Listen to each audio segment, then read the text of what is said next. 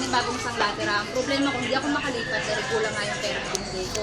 Ito yung inaasahan ko para makakuha kami ng ayos sa bahay. Kasi may mga estudyante ako, kapatid ako, pang-apat, pang-lima, may pamangkin ako na wala rin tinitirhan.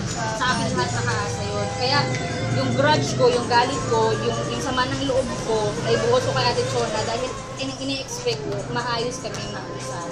Hindi kasi, Maayos lahat. ako naiintindihan ko yung sitwasyon mo eh. Yung naiintindihan ko talaga. Marami na ako na-encounter na gano'n. Kaya lang, naiintindihan ko rin sa kanya. Kaya nga di ba sabi ko sa'yo, parang ako nagkakaroon ng guilty feelings. Sa nangyari sa kanya. Kasi nga, pinangakuan namin siya na ngayon. Hindi naman namin alam na galing nangyayari sa Pinanser. Na biglang nasa taytay. Di ba nung sabi mo, uy, nasan ba si Lilin?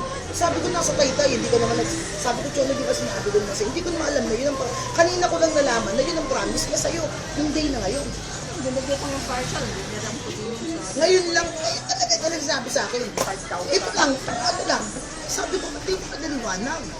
Kaya, ngayon na lang, yung pagtawag ko sa'yo, pupuntahan niya ako sa city. Sabi ko, nasa labas ako, naka-locator ako.